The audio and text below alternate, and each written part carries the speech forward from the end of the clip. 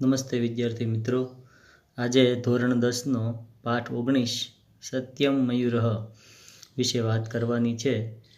આનો પ્રથમ પાઠ આપણે આજે જોવાનો છે. સત્યમ મયુરઃ એટલે સાચે જ મોર છે, આવું વાક્યનું ગુજરાતી થાય છે. આ પાઠની અંદર એક પ્રહસન છે, એટલે કે એક નાટક છે, અને જેને આપણે એકાંકી તરીકે પણ ઓળખીએ છીએ. આ નાટક છે એ ભગવત જજુકીય નામનું એક પ્રહસન છે, અને એમાંથી આ નાનકડો નાટકનો ટુકડો લેવામાં આવેલો છે. તો સાંડિલ્ય નામનો એક શિષ્ય હોય છે, એના ગુરુની સાથે એ પોતે જ્યારે એક જગ્યાએ ભિક્ષા માટે બહારગામ જતા હોય છે, તો એ સમયે એ નગરની અંદર વહેલા પહોંચી જવાને કારણે ગુરુ એમ કહે છે કે શિષ્ય, તને થોડોક વખત ભિક્ષા માગવાની હજી વાર છે, કારણ કે હજી લોકો ઉઠ્યા જ છે, તો તરત જ તે ભિક્ષા લેવા જઈએ એ યોગ્ય ન કહેવાય. એટલા માટે આપણે થોડી વાર પછી જશું. એ પહેલાં તું બગીચામાં બેસીને થોડુંક અભ્યાસ કરી લે. અભ્યાસનું મહત્ત્વ ખૂબ છે.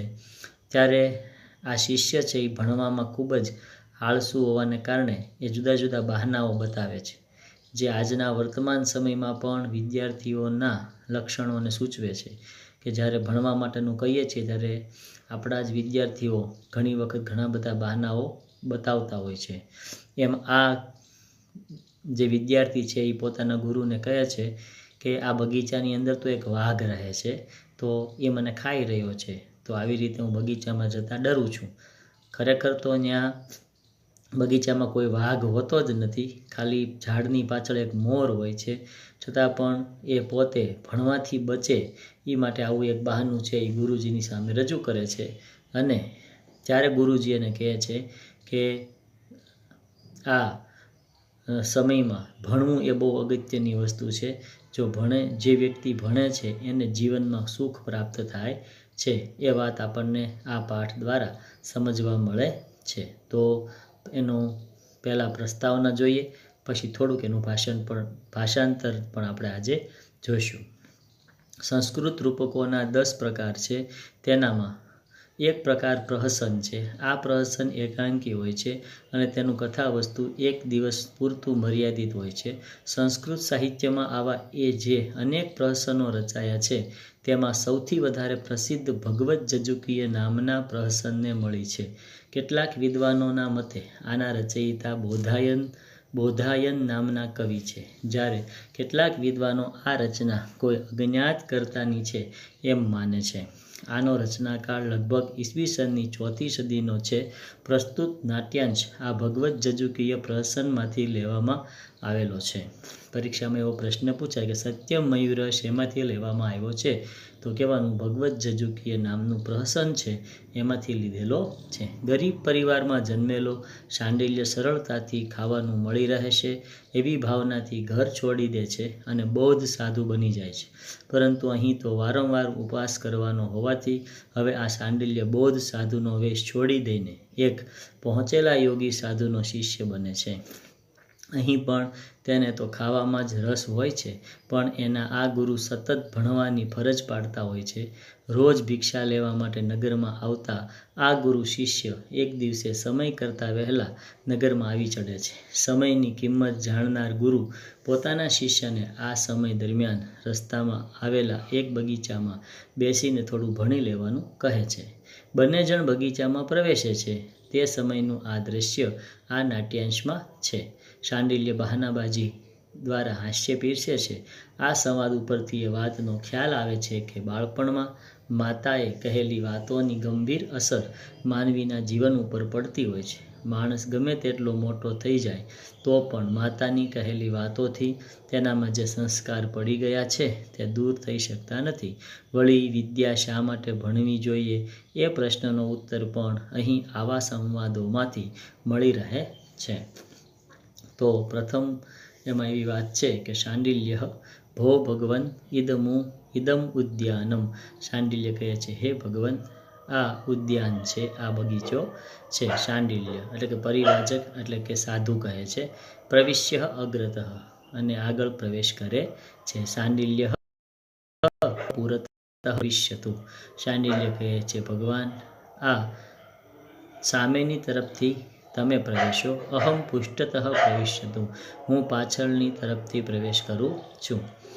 પરિવાજક કિમર્થમ. સાધુ કહે છે, શા માટે? શાંડિલ્ય કહે છે, પૌરાણિક્યા મમ માતુ શ્રુતમ અશોક પલ્લવાંતારિધો વ્યાઘ્ર પ્રતિવસતિ. શાંડિલ્ય કહે છે, પુરાણોમાં મારી માતાએ એવું સાંભળ્યું છે કે અશોકના પાનની પાછળ વાઘ વસે છે.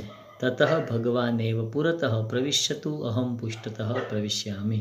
તો હે ભગવાન, તમે સામેથી પ્રવેશ કરો, હું પાછળથી પ્રવેશ કરું છું. વિદ્યાર્થી મિત્રો, આટલું ગુજરાતી આપણે ફરીવાર જોઈએ. શાંડિલ્ય કહે છે, હે ભગવાન, આ બગીચો છે. સાધુ કહે છે, આગળથી પ્રવેશ કર. શાંડિલ્ય કહે છે, ભગવાન, આપ સામેથી પ્રવેશો, હું પાછળથી પ્રવેશ કરું છું. સાધુ કહે છે, શા માટે? શાંડિલ્ય કહે છે, પુરાણોમાં મારી માતાએ એવું સાંભળ્યું છે કે અશોકના પાનની પાછળ હંમેશા વાઘ વસે છે. તો ભગવાન, હું સામેથી પ્રવેશું છું, તમે પાછળથી પ્રવેશ કરો. હું પાછળથી પ્રવેશ કરું છું. પરિવાજક બાઢમ. સાધુ કહે છે, સારું. પ્રવિશ્યતિ. પ્રવેશ કરે છે. તતઃ પ્રવિશ્યંતિ શાંડિલ્ય. અને પછી શાંડિલ્ય પ્રવેશ કરે છે. શાંડિલ્ય અવિહા વ્યાઘ્રેણ ગૃહીતો અસ્મિ. વાઘે મને પકડી લીધો છે. ખરેખર અવિહા એટલે ખરેખર એક પ્રકારનો અવ્યય છે. ખરેખર વાઘે મને પકડી લીધો છે. મોચયથ મામ વ્યાઘ્રમુખાથ. મને વાઘના મુખમાંથી છોડાવો. અનાથ ઇવ વ્યાઘ્રેણ ખાદિતો અસ્મિ. અનાથ એવા મને વાઘ ખાઈ રહ્યો છે. ઇદમ ખલુ રુધિર પ્રતિવસતિ કંઠાત. અને મારા શરીરમાંથી, ગળામાંથી ખરેખર લોહી વહી રહ્યું છે.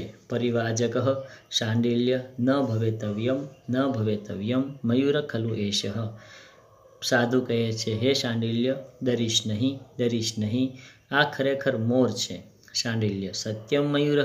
શાંડિલ્ય કહે છે, સાચે જ મોર છે. સાધુ કહે છે, પરિવાજક અથ કિમ સત્યમ મયુર. સાધુ કહે છે, ખરેખર આ મોર છે. શાંડિલ્ય યદિ મયુર ઉદ્ઘટયામિ અક્ષિણી. શાંડિલ્ય કહે છે, જો મોર હોય તો હું મારી આંખ ઉઘાડું છું. પરિવાજક છંદતઃ.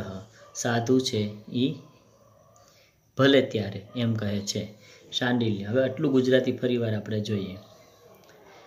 સાધુ કહે છે, ખરેખર પ્રવિશ્યથી પ્રવેશ કરે છે. પછી શાંડિલ્ય પ્રવેશ કરે છે. શાંડિલ્ય કહે છે, ખરેખર વાઘે મને પકડી લીધો છે. મને વાઘના મુખમાંથી છોડાવો. અનાથ એવો મને વાઘ ખાઈ રહ્યો છે. તો મારા ગળામાંથી લોહી વહી રહ્યું છે. સાધુ કહે છે, શાંડિલ્ય ડરીશ નહીં. આ ખરેખર મોર છે. શાંડિલ્ય કહે, સાચે જ મોર છે. પરિવાજક એટલે કે સાધુ કહે છે, હા, શું સાચું જ મોર છે? શાંડિલ્ય કહે છે, જો મોર હોય તો હું મારી આંખ ઉઘાડું છું. ત્યારે પરિવાજક એટલે કે સાધુ કહે છે, ભલે ત્યારે. વિદ્યાર્થી મિત્રો, આમાં તમે જોઈ રહ્યા છો કે એક સાધુ છે એ પોતાના શિષ્યને જ્યારે કોઈ નગરમાં પ્રવેશ કરે છે ત્યારે બગીચામાં પ્રવેશવા માટેનું કહે છે અને ત્યાં વાંચીને અભ્યાસ કરવાનું કહે છે. ત્યારે આ જે શાંડિલ્ય નામનો જે વિદ્યાર્થી છે એ જુદા જુદા પ્રકારના બહાનાઓ ઊભા કરે છે અને એ પછી એવું વિચારે છે કે આવી રીતે હું બહાનાઓ કાઢીશ તો ભણવાનો સમય જતો રહેશે અને મારે વાંચવું પડશે નહીં.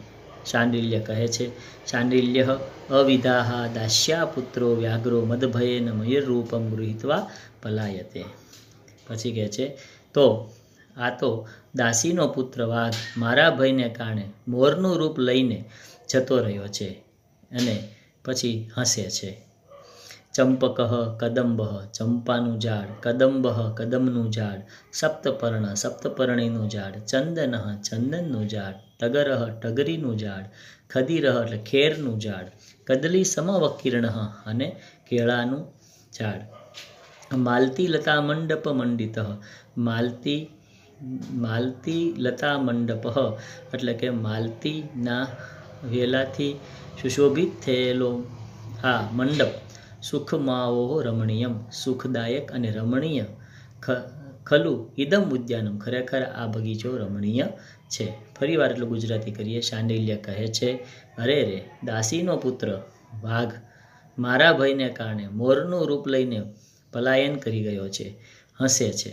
ચંપકનું ઝાડ એટલે કે ચંપાનું ઝાડ, કદમનું ઝાડ, સપ્તપર્ણીનું ઝાડ, ચંદનનું ઝાડ, ટગરીનું ઝાડ, ખેરનું ઝાડ અને કેળાનું ઝાડ માલતી મધુમાલતીના વેલાથી બનેલા મંડપથી સુશોભિત અને રમણીય એવો આ ખરેખર બગીચો છે. પરિવાજક એટલે કે સાધુ કહે છે, મૂર્ખ ક્ષણે ક્ષણે ક્ષીયમાણે શરીરે કિમ તે રમણીયમ આગચ્છ વત્સ પટતાવત. સાધુ કહે છે, મૂર્ખ ક્ષણે ક્ષણે તારું શરીર ખરેખર રમણીય શરીર ક્ષીણ થઈ રહ્યું છે. એટલા માટે તું અહીં આવ બેટા, અને પઠ તાવત તો તું અહીં વાંચ. શાંડિલ્ય તપ તાવત પઠિષ્યામિ. શાંડિલ્ય કહે છે, ન તાવત પણ આવી રીતે હું વાંચીશ નહીં. તો આવી રીતે એ વિદ્યાર્થી છે અને ઘણી રીતે ગુરુજી છે વંચાવવા માટેનો પ્રયત્ન કરે છે, છતાં પણ આ વિદ્યાર્થી છે એ વાંચતો નથી. ઘણી વખત આપણને બાળપણમાં આપણા શિક્ષકો વિદ્યાર્થીઓ ખૂબ પ્રયત્નપૂર્વક વાંચવા માટેનો પ્રયત્ન કરાવતા હોય છે, પણ છતાં આપણા મગજમાં એ વાત ઉતરતી નથી અને એ પોતે આપણે ભૂલ કરતા હોઈએ છીએ. એટલા માટે આપણે ખરેખર અભ્યાસમાં ધ્યાન આપવું જોઈએ, જેથી કરીને આગળની જિંદગી ખૂબ આપણી સુંદર રીતે પસાર થાય. નમસ્તે, આવજો. નમસ્તે.